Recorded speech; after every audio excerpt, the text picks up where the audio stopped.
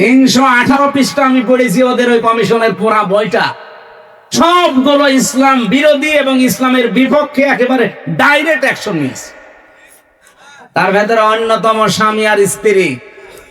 এরা যদি দুইজন সংসার করার, স্বামী বলে আমি এখন সংসার করতে চাই, স্ত্রী বলে যদি না আমার এখন মন নেই, এরপরও যদি স্বামী সংসার করে, স্ত্রী যদি মামলা দেয়, তাহলে ধর্ষণ মামলা হবে।